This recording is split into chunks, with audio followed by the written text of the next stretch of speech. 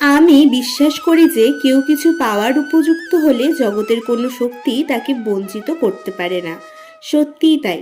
কোনো কিছুকে ভালোবাসলে তাকে পেতে হলে আগে তার বা সেই বস্তুকে পাওয়ার জন্য নিজেকে উপযুক্ত করতে হয়।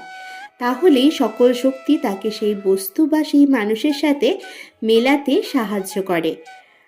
অত হিসেব করতে গেলে কোনো বড় কাজ করা যায় না। যা করবার তা একটা করে দিলেই হলো। লাগে তাক, না লাগে দুঃখ। এই সকল কথাই এক মহান মানবের। আজ যার জন্মদিন, হ্যাঁ, আজ 12ই জানুয়ারি আমাদের বাংলার তথা পৃথিবীর গর্ব এমন এক মহান পুরুষের আজ জন্মদিন।